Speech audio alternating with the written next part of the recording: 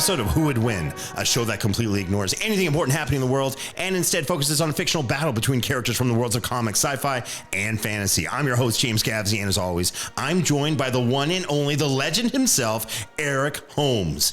In today's episode, a super strong, streetwise superhero who fights intergalactic villains, battles a somewhat backward being of immense power who is as unpredictable as he is insanely powerful. And one corner stands Bizzaro, Superman's imperfect doppelganger, chalk white, backward speaking clone whose childlike innocence twists into chaotic villainy. And in the other corner, you have the Thing, the gravel voice, orange rock powerhouse of the Fantastic Four, a Brooklyn brawler trapped in a monstrous body, but with a heart of gold. As usual, I did the patented Who Would Win Google test just to see how many times this matchup has been discussed.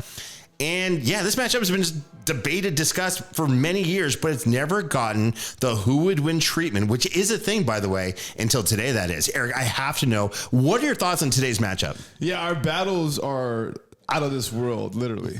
Yeah. Like you tune in, wherever you might be tuning in from, which we love. We love all those tuning inners, right? Oh, 100%. Yeah, but our battles literally are out of this world, and the matchups, it just, some ridiculous. Sure. But always necessary. It's funny. These are necessary. Yes. These are necessary. And just when I go to like a very, like, you know, we've talked about this, I go to a serious dinner party and everyone's talking about, you know, weird stuff like the environment or the economy or the environment, how it affects the economy. Yeah, the government shutdown. Whatever that is. I don't know. Like, that's important. Yeah, that's a thing. No, if you're affected by it, it's just... We're talking nerd culture stuff. We Yeah. By the way, to pull the curtain back, just let everyone know, we support everyone and think everyone should be back to work. And you're all very valuable, and we love you very much. And boy, do we ever appreciate you and value. All right, thanks, Eric, from Sobering Moment. Back to nerd culture. Yes. So here's the deal: these are matchups that surprisingly get a lot of traction when you talk to people who you wouldn't assume were into geek or nerd culture. And I think that's what we're all about, really, just bringing that conversation going. All right. Speaking of bringing in stuff that you wouldn't assume was part of geek or nerd culture, it's time to kind of introduce our judge, who's been doing a great job lately and is now just really literally the only adult in the room. Sorry, Eric. I'm just saying what everyone's thinking. It's facts. Yeah, honesty. it's true. It's the man who's, I guess, like Prince of Who Would Win. He's like the Prince of Who Would Win, also like Prince, because he's only got one name. It's the one, it's the only, it's our judge. It's Tadeo. Welcome back to Who Would Win. You know, Prince is a good analogy because he's got that great hair. Like I kind of feel like we're hair bros. We might have the same DNA. Purple rain, man. And listen to this. Prince is a baller. He's a basketball player. Have you heard that? Yes. Charlie Murphy was. Yes. So he's an athlete and a musician. So I see myself as kind of like a hybrid Prince. I'm kind of like I'm kind of like the cool younger brother, or son of Prince. So I'm bringing those good vibes. Here's the thing. I've seen Prince in concert. I've never been in the actual same room as Prince. He was awesome, by the way. I missed him, but here's the deal. I never saw that. I think just like you and Prince, you guys might not be the tallest guys around, but you walk into the room like you're 7'5", and you have presence. I appreciate that, and. You know, I personally, I love and adore a tall woman because I'm not intimidated. Because my presence, I think I should list it, 6'5", 6'6". Absolutely. And just like Prince, he might be 7 feet. So I'm like his little brother. That's fair. So I appreciate you seeing that aura, that essence. Listen, man, we miss and love you, Prince. Step into that purple light. So listen, we got to get to today's episode. Well, before we do, what? I heard there's some news on your part. Something's going on with you. Maybe. I don't know how I feel about it. You have an announcement? You don't know how you feel. Okay. Really? I was going to say, okay, let's see how you really feel about it. I have a small announcement. You know, I don't want to make a big deal about it, but evidently, I'm your president of VetStream TV. That's right, Eric. You're president of VetStream TV? Yeah, listen, it's a interesting small streaming platform that specializes in content for veterans, made by veterans. It's absolutely awesome. By the way, my short film Alpha Initiative Zero is available to watch on there. You can subscribe to VetStream TV. Just look it up. Google VetStream TV. We love our vets. We love our vets. Sure do. And listen, as president. As my president. As you're really. So I am your king. Can I be like king of this? Well, wait, who ranks higher, king or president? Well, in the real lands, before the president came along, the king rules all, baby. Well, wait, queen, wasn't you know, as the queen? I'll be the king. Well, I'll be Prince. Oh my God. I see what you did there. I came up to the same mathematical equation. No, here's the deal. I believe, listen, I'm born in Canada, but I became an American citizen. I had to take the test and learn about American history. George Washington was offered to be king of the United States, but he turned it down and said, no, I'll be a president instead. So with that being said, can we have a king and a president at the same time? Who's going to outrank who? I don't know. Stay tuned for the next Who Will Win episode. That's right. King versus president. All right, well, congrats. Well, thank you. And by the way, and all joking aside, it's going to be great. I'm actually going to do my best to put Who Would Win, the podcast, on VetStream TV. And how can you find it? VetStream TV. Well, you go to Google right now. There will be more details later, but just go to Google, look up VetStream TV. It'll pop up, log in, subscribe, watch Alpha Initiative Zero, superhero movie done with some of the John Wick people. It's pretty cool. Very amazing. Anyway, with all that being said, your president states that the king also agrees we should get to today's episode. But before we do, let's go over the basics of a Who Would Win match. Now, your president says each debater, I'm going to keep saying this. I'm sorry, Eric. I'm going to keep going. Your president says each debater will make 3 points. Your king, however, says that you got to keep in mind that the Who Would Win match is a random encounter in a neutral location with no prior knowledge or prep time allowed. The prince, however, says the debater has to stay within the confines of the character. And when it comes to determining the winner, our very loud and vocal engineer, Jeremy, says it's the judge who has the final say and will determine which character lost based on death, incapacitation, or battlefield removal with no outside interference being allowed. Our citizens, both the people who live in our country and ruled by the king and overseen by the president, also say that the bottom line in a Who Would Win match is that for one side to get the win, their opponent must be somehow incapacitated for a minimum of 2 minutes where they pose no threat whatsoever. And before we get started, don't forget to leave the Who Would Win show a 5-star rating and a fantastic written review wherever you download and listen to podcasts. And now, let's get to the tail of the tape for both of our opponents. Eric, please give us the details for Bizzaro. Absolutely. So, Bizarro, just to get started, this guy emerged from a botched experiment. Can you imagine emerging from a botched experiment? I mean, that's how my parents explained me for years. But right. But were you an experiment out of Superman's Fortress of Solitude? That's what they called my dad. Okay, well, Bizzaro was next door then. So there you go. So that's where he came from. And also where a duplicating ray intended to create a perfect copy instead birthed a flawed being driven by reverse logic.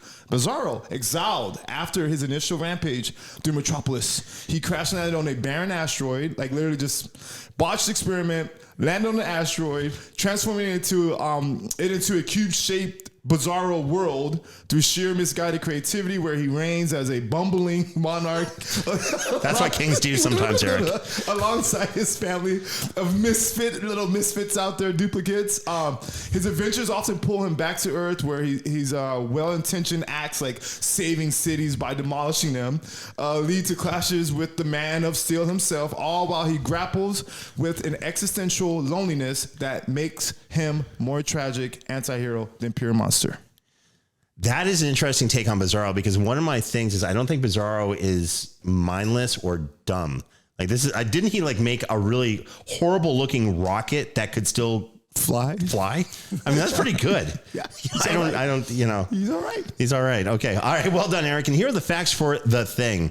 Ben Grimm was forged in the tough streets of Yancey Street, rising from a scrappy orphan to a star college quarterback and ace Air Force pilot, only to volunteer for his old pal Reed Richards' cosmic rocket test that forever altered his destiny. Cursed with an unyielding rocky hide thanks to the cosmic rays, Ben became the emotional core of the Fantastic Four, trading his dreams for normalcy for endless battles against world-ending threats, all while cracking wise with his sarcasm and while fiercely protecting his family like the loyal uncle he is at heart. But don't let his kindness fool you. The moment any innocent person or member of his Fantastic Four family is threatened, you can be sure of one thing: it's clobbering time. And now you have the facts in both opponents. Tadeo, do you have any questions before we get started? Not a question, but a comment. So I did see the Fantastic Four, so I'm very familiar with The Thing, just to give you. And in fairness, my mother had a Bizarro a book. So you read it forward at Superman, and when you turned it over and read it backwards, it was Bizarro. You see? So that was a happy part of my childhood. So I'm very familiar. I'm not going to say he's getting an upper edge because my mother got me that book. Calm down. But it's a book that you happen to I will have try and be before you met fair us. and impart fairness. But just so you know, Always. that's a childhood memory. Isn't that neat? That is so cool. Is it? Do you still have it? I'm sure that my mother still has it. She still has my first time she cut my hair. So my mom's really nostalgic. Like that. It's like a wig? Like little curls. Just all these curls in the bag. I don't know. My mom, Well, I love that. Now for sale in the Who Would Win store, Tadeo's hair. And a Bizarro comic book. And a Bizarro book. I don't think it's cut like a book, right? Yeah. It is a real book, awesome. Hardback, yeah. That's awesome. You know what? There is no such book where you read it backwards and it's Superman. I think your mom was kind of screwing with you a little bit, like my mom used to. I'm just putting that out there. I actually don't know how to read, so I'm not even going to make a comment about this. But I'm still your president, so there you go. All right, let's get this battle started. Congrats. Eric, thank you. Hit us with your point number one. Yeah, so first I want to get into just literally his raw durability and pain tolerance, all right? This gets pretty real. So he literally has reverse Kryptonian might that defies logic, all right? So we know about the Man of Steel and everything. So Bizarro is literally Superman's power turned inside out, okay? Same strength, but twisted and unpredictable, all right? So with that being said, he can hurl skyscrapers like we all do, right? That's normal stuff. You've seen that. Like, last night I was downtown. I got mad. I said, they put onions in my burger and they didn't grill them. I just threw that freaking U.S. Bank building down to 405. That was you? Which is on the opposite side. So I threw it that far. Wow. 110, no. During traffic or not during traffic? It was during rush hour, so it made it worse. It couldn't have made it worse. Yeah, I think it probably made it better. Just hurling skyscrapers, right? Yeah. Normal type stuff, right? He smashes bunkers, freezes oceans instead of melting steel. If you caught that, you caught that. Action Comics number 254, he literally saves a whole city by turning a flood into an ice field, all right? His opposite powers make him dangerously chaotic. Superman number 308, literally he throws flame breath. Don't know what he had for lunch, but that flame breath, that hot breath incinerates fighter jets midair. I met some people that got some pretty hot breath, but not like, maybe damn near some breath I've smelled sometimes, like, woo, that might be able to take out some jets. So Bizarro did it. Anyways, kryptonite does not weaken him, by the way, so make a note of that. It powers him up, okay? He literally absorbs it, goes berserk, and shatters mountains while Superman crumbles beside him, all right? So he's insanely durable. He flies Mach 10. He can spot weak points with microscopic vision and literally regenerates from atomic dust, okay, under the blue sunlight. So all that, James, is my point number one. All right, so interesting stuff. So you're saying kryptonite, like green kryptonite, doesn't weaken him and it empowers him. Yes. And also, if he has blue sunlight, he can like regenerate from whatever. Awesome stuff. You know what this fight doesn't involve, by the way, Judge Tadeo, is green kryptonite or blue sunlight. That's nowhere in this. This is a random encounter, neutral location. Nothing is favoring either opponent. That's very cool that Bizarro has that cool stuff he can do, but that's not going to be coming into play in this. Other than that, I will give this to Eric. Bizarro is equal to Superman in terms of power in a lot of different ways. Instead of heat vision, he's got cold vision. Instead of cold breath, he's got fire breath. Just like many of the women Eric evidently dates on whatever that is. And that's not me for me to judge, but I'm kind of judging that right now partially. All right, let me get to my point number one. From point number one, let's talk about the thing's power, right? He's known as the unbreakable, ever-loving, durable member of the Fantastic Four. It's crazy. So, here's the thing. Bizarro's super strong. I get it. But the thing's kind of like this relentless engine of orange rock that, doesn't just kind of fight by the rules. He makes his own rules in a fight. We're talking superhuman strength north of 100 tons baseline, which is cool. He used to be known as someone who could press 80 tons, but now it's way past 100 tons, which is Hulk class. So he's comparing very well to Bizarro in strength. He can scale the planetary threats when he digs deep, which means he can like do something that affects the planet with his strength. That's pretty cool. We saw him do something really cool. It was Fantastic Four number 102. He actually picked up a 150 ton ocean liner. And just picked it up out of the ocean and just kind of walked it to the shore just to save some passengers. I think, that's really cool. By the way, I think 150 ton passenger ocean liner is kind of small, but whatever. Still 150 tons. Yeah. Durability is where he really shines, though. He laughs off point blank tank shells. In Marvel 2-in-1 number 25, he takes a full barrage from the entire U.S. military without a scratch. We're not talking about like one branch of the military. Evidently, it's the entire U.S. military, Air Force, Navies, Marines, whatever, all come for him. And he just takes it, and he's that powerful, and he just tank everything. One part he was like crumpling Abrams tanks into a beer can kind of thing, and that just shows that what the thing's all about. He likes beer cans. He's got stamina for days too. In Avengers number 226, he was wrestling and fighting the Hulk for 18 hours straight across this war-torn city. At least it looked like it. Neither one giving up. And let's be clear, most other heroes and characters in Marvel Comics are tapping out in under 5 minutes when they have to, wrestle with the Hulk. It's kind of a thing. And finally, under stress, not under blue sunlight or with green kryptonite, he can actually amp up. He can shrug off energy blasts that vaporize pretty much anything. In Secret Wars number 3, he took a direct hit from the Beyonder, who's like the power of a universe in the form of a person. He took a hit from the Beyonder's reality warping beam, right? Reality warping. And he kind of got back up. He was cracked a little bit. His orange rocks were cracked, but he took it. That just shows what kind of toughness he has. And then when this giant kaiju-sized Doombot came at him, he was like, you know what? For my encore, I'm taking that thing out. And he punched it and destroyed it. This is someone who doesn't need any of these other boosts other than his own emotional content to amp him up. And it's someone who compares really well in terms of just sheer power and durability with Bizarro. That's my point number 1. Okay, so in a nutshell, it sounds like the Thing is he is tough, right? We can agree that he is tough, okay? But a big difference of the Thing being tough, Bizarro literally thrives on what would kill him. Like I said, kryptonite blasts fuel him, okay? Like we're talking a kryptonite blast fuels Bizarro, all right? So yeah, the thing, it's a tough thing, got it. But we're talking kryptonite blasts is fuel him up, Mach 10 flight, okay? Freeze flame vision, all right? And city level attacks are moves the Thing can't dodge. Also, we did talk about the blue sun regeneration and microscopic vision, which do let Bizarro recover and strike instantly.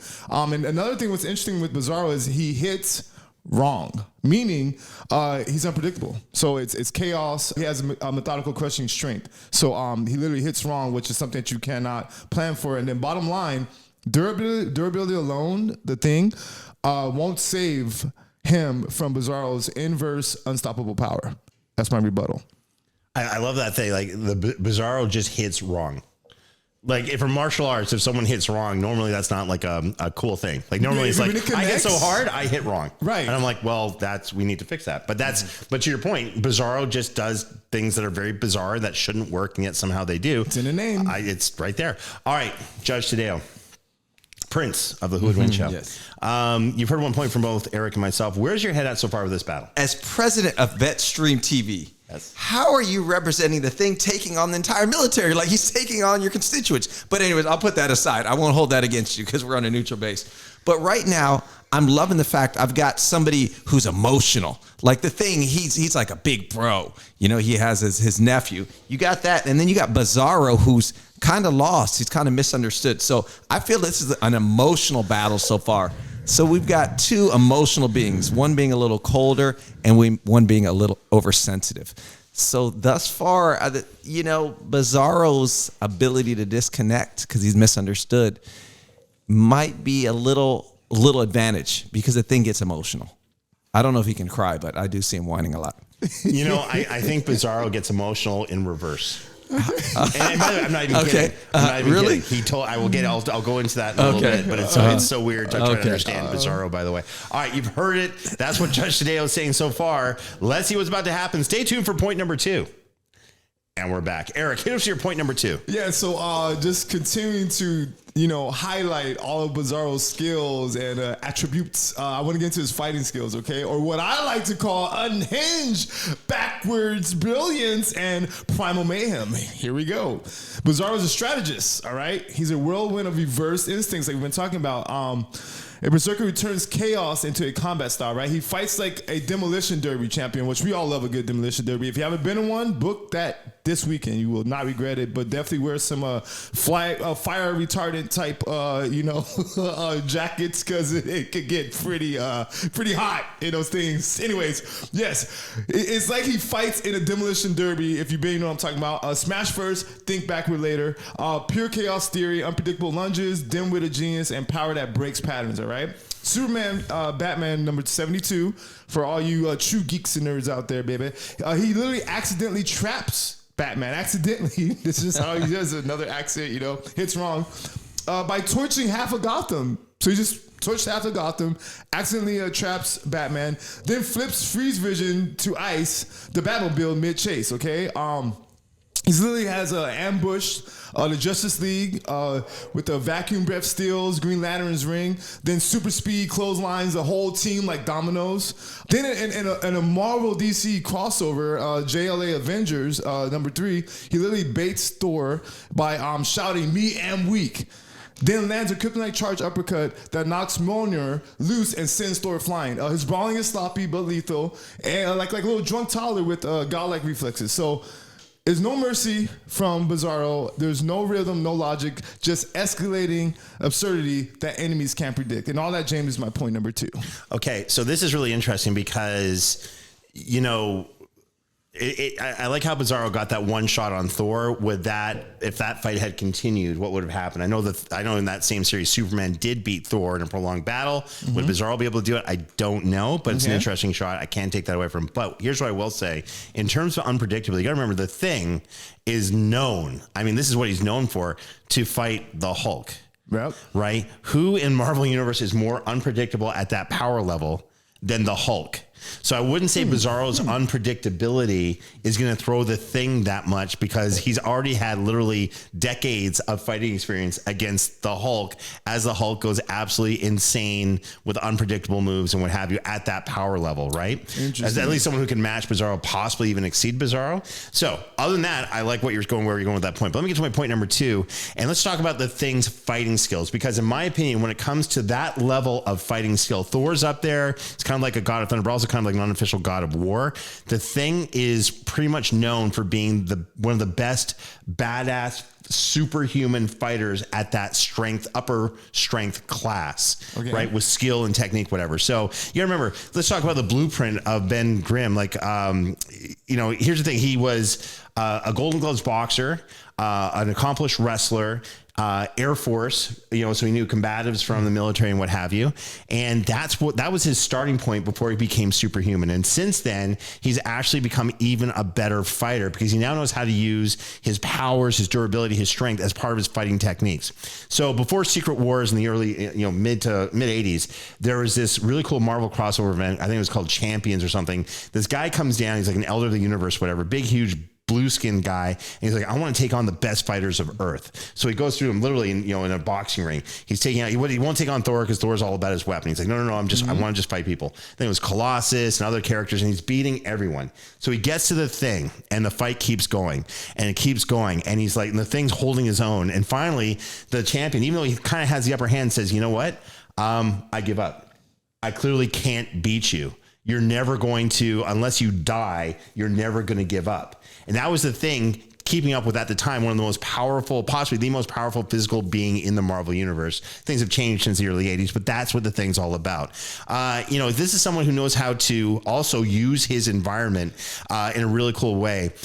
One time, and also he loves using pro wrestling moves. He was a pro wrestler for superpowered beings for a short time. One time he was fighting the Hulk. The Hulk does a thunderclap. He pretends he's hurt by it, and then when the Hulk comes at him, he dodges the Hulk's blows, clotheslines him, and then Irish whips him into something. The Hulk bounces back, and he clotheslines him again. It was just a really nonsensical awesomeness, WWE style. Awesome. But that's what he does, right? And if anyone's going to get WWE style awesome fought, it's going to be Bizzaro. And his durability. This is something that's really cool. So Vision from Avengers, when he phases through people, he typically hurts them very badly as he phases through them if he chooses to, right? He phases through the Thing tanks it, and then knocks down the Vision and does the only thing the Thing could do logically. He puts him into a figure 4 leg lock.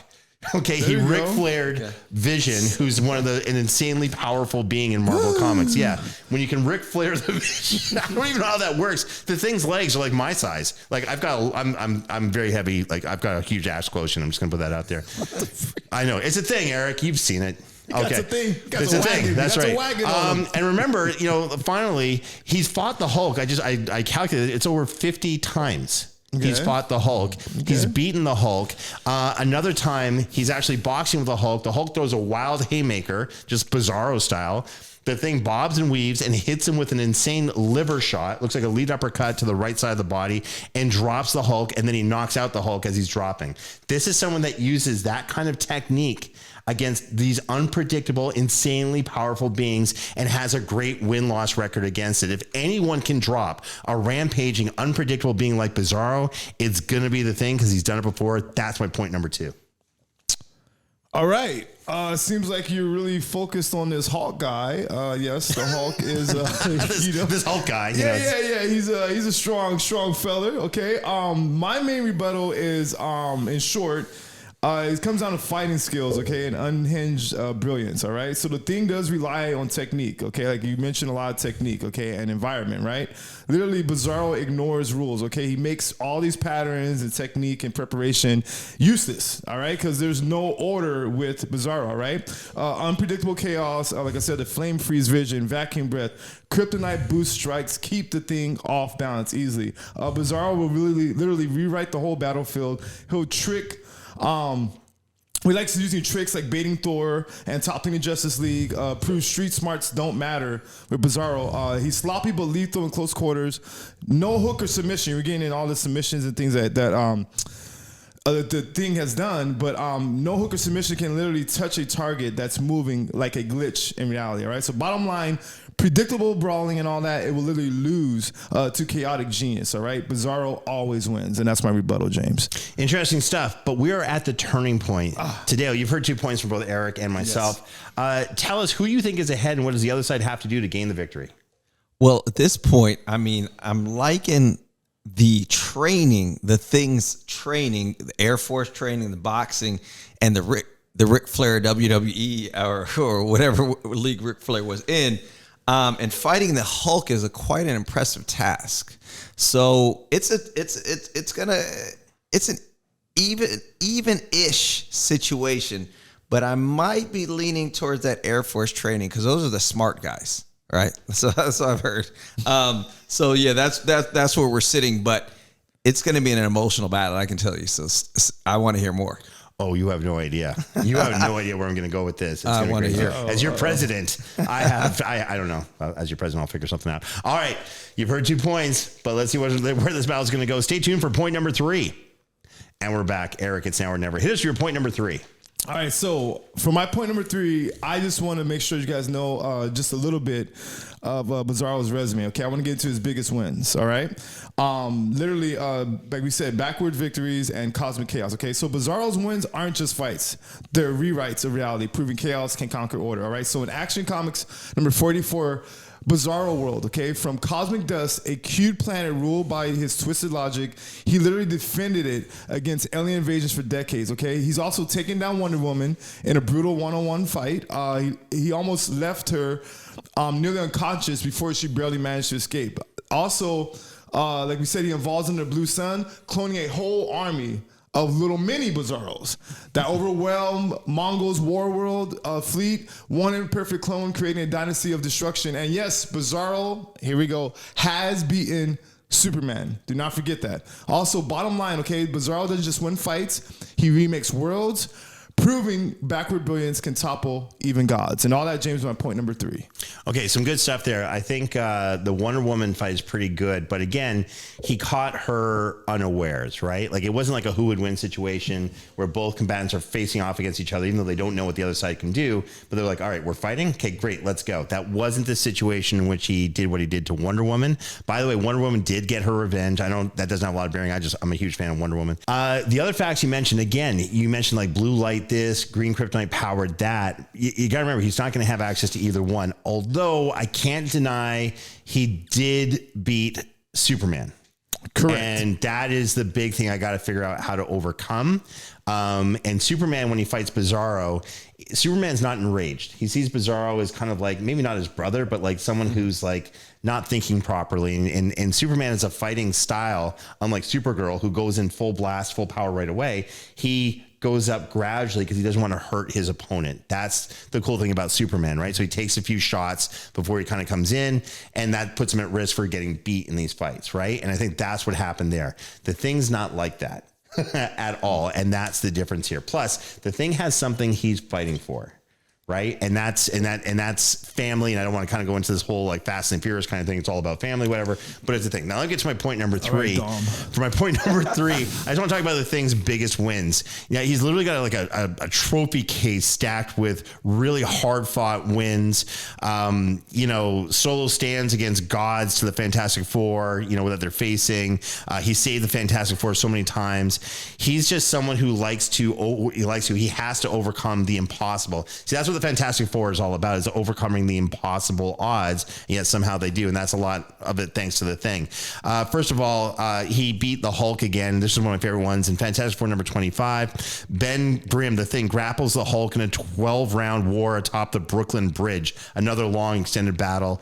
And then finally suplexes him into the East River to drown the Hulk's fury long enough for Reed Richards to come in, hit him with some blast, revert him back to Bruce Banner or whatever. It's still a win for the Thing. Again, suplexing the Hulk, and beating him senseless. Awesome stuff. If you can do that to the Hulk, I'm pretty sure you can do that to Bizarro. He had a really weird encounter with the Silver Surfer, who was considered like one of the most insanely powerful beings. And the Thing, I think it was in Fantastic Four number 57, and the Thing was like seeming like outmatched by the Silver Surfer and his cosmic power and all of that. And then Ben just dug deep, started smashing and punching the Silver Surfer, cracked the Surfer's armor or like plating that he has, did something horrible. I think cracked his surfboard, and then threw an insane haymaker and knocked out the Silver Surfer. Like, that's pretty insane strength. I don't believe that's ever happened before or what have you, unless you're like Galactus or what have you. Then there's this really cool part. It was a planet busting pivot. It was in Secret Wars number 12. The Thing anchors the fault lines of the Beyonder's planet he created. I'm leaving out a lot of details, but he brought all these universes together. There's going to be these incursion events. The planet's about to break apart or do something's about to horrible happen. And the Thing actually hits the fault lines and starts breaking the planet apart because he dug deep. That's the kind of power he has.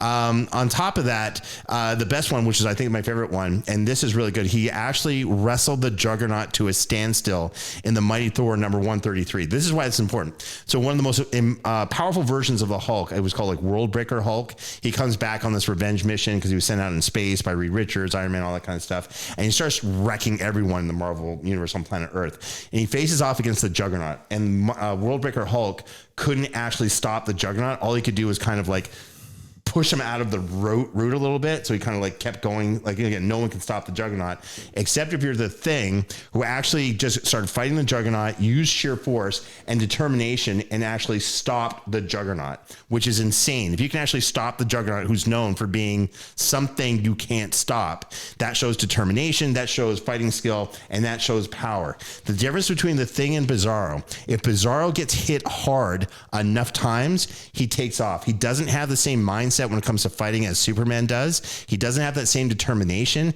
If he faces off against someone who's more powerful than him, which Superman often does, right, he falls apart and he takes off. Smart move. The Thing is like, if I fall, my family dies, or someone gets hurt, or innocent people die. I have to stand and take this, even if it means I'm going to lose. As long as I stop this person a little bit, that's all that matters. He is someone who will never give up and keep fighting until the job is done. When it comes down to this fight, it's not going to be about power. It's not going to be about who's stronger. It's going to be about motivation and who's more willing to take their stand and just fight. And that's the Thing. That's my point number 3. Well put. A lot of information there. Okay. Thank you. You definitely did represent the Thing, and I will say that he has very impressive feats. Okay, very impressive feats, absolutely.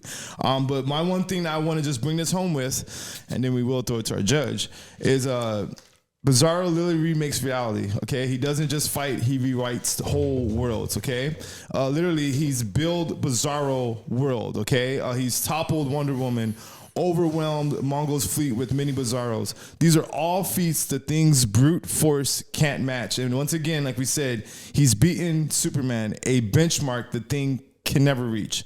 Bizarro's chaos can't be figured out. Attempts to outsmart him fail because his hits and tactics will literally break every pattern. Bottom line, raw strength and fight IQ are impressive, which the Thing has a lot of, but they don't beat world-altering chaos. Bizarro always stays one step ahead.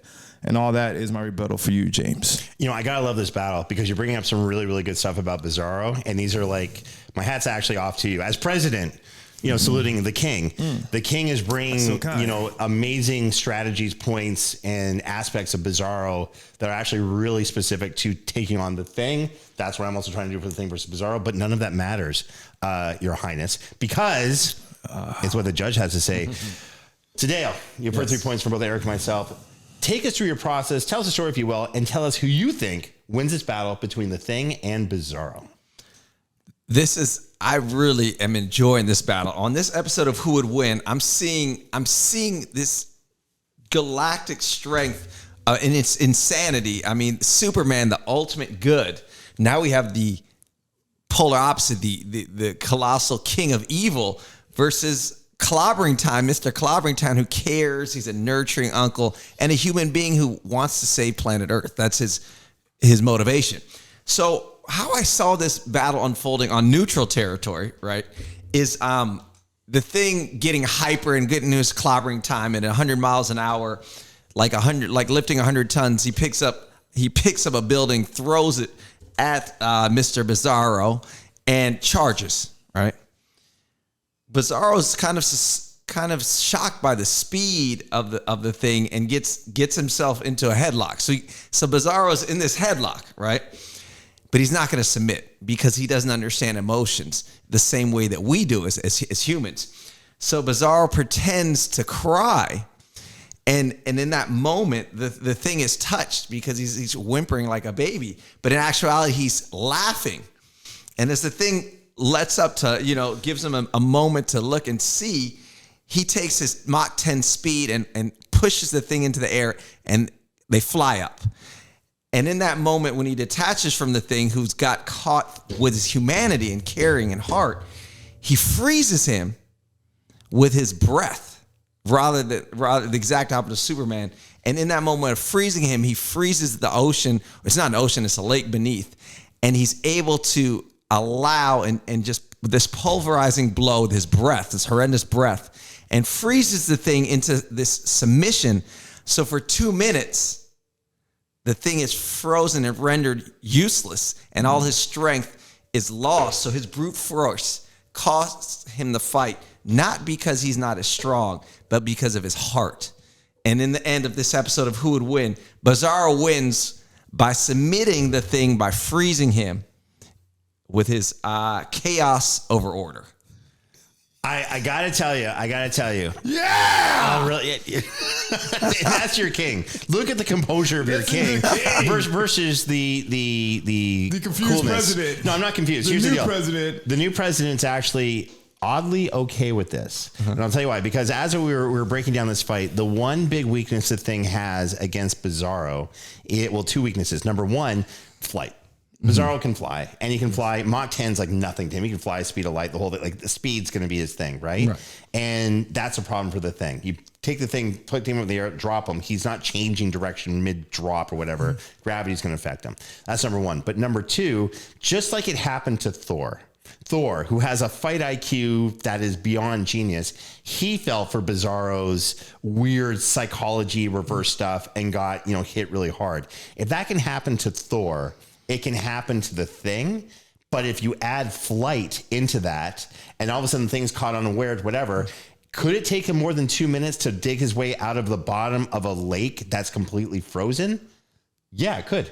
Right? It absolutely could. Would he get out? Yes, he would. Would he lose again? I don't think so. I think a second fight, a third fight, I think the thing is going to have that fight IQ and be like, I'm not falling for that again. Right. But I think in the first one, if Thor could fall to Bizarro, yeah, I could see the thing falling because too. We have to remember Bizarro caught Wonder Woman off guard. Yeah. So when you catch somebody off guard, and we're in this situation, the thing has never met a creature or an abomination, a creation such as Bizarro. Well, imagine if the Hulk could fly.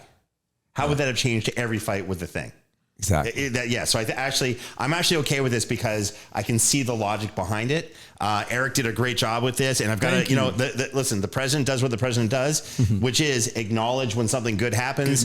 The king did it. Eric, great job. Tell Legion of Audience, our fan base, how you feel right now with this great victory. Are you ready? Yes. Everyone listening? Yes. We are. Hail to the king, baby.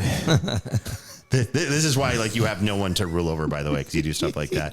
But so seriously, this was a great strategy. This was insanely well done on your part. No, and thank you. And you really did the thing justice for sure. So, I sure did. That's what I just said, little president guy. So with that being said, like, hell yeah, man. I just wanted to represent Bizarro correctly. Major victories that he has had, Bizzaro. So yeah, I wanted to do him justice and definitely represent him. And I am glad that our noble judge did his job, and Bizzaro came out on top. The prince did his princely duties as the judge. Yes. All right, well, there you have it, Legion of Audience. Another great episode of Who Would Win today. We can't wait for the next episode. Tell Legion of Audience, our fan base, where they can find you online. You can find me all the time, anytime on Instagram at Cuerpazo. That's Cuerpaso. But it's originally in Spanish, but I wanted to give the English translation. Just so you can find me. By the way, they're both good. Yeah. They're both good. You can't go wrong either way. All right, Eric, please tell our listeners where they can find you. Yes, absolutely. You can find me on all my socials at the THE Eric with the C Holmes. Let's connect. HOLMES. Correct. Thank you very much. Very necessary. Just that letter L has thrown me quite a few times. Yes. All right, you can find me on X, aka Twitter, Instagram, and Facebook by typing in at James Gavsie. Remember to join the official Who Would Win Facebook group to make a suggestion for a matchup for the show and be part of our growing community. You can also find us on Instagram and Threads and TikTok at Who Would Win Show. Don't forget to subscribe to us on Apple Podcasts, Spotify, and wherever else you go for your podcasts. On behalf of myself, Eric Holmes, Tadeo, and the rest of the amazing Who Would Win production team, Jeremy, thank you once again for checking out another episode of Who Would Win. We'll see you next time.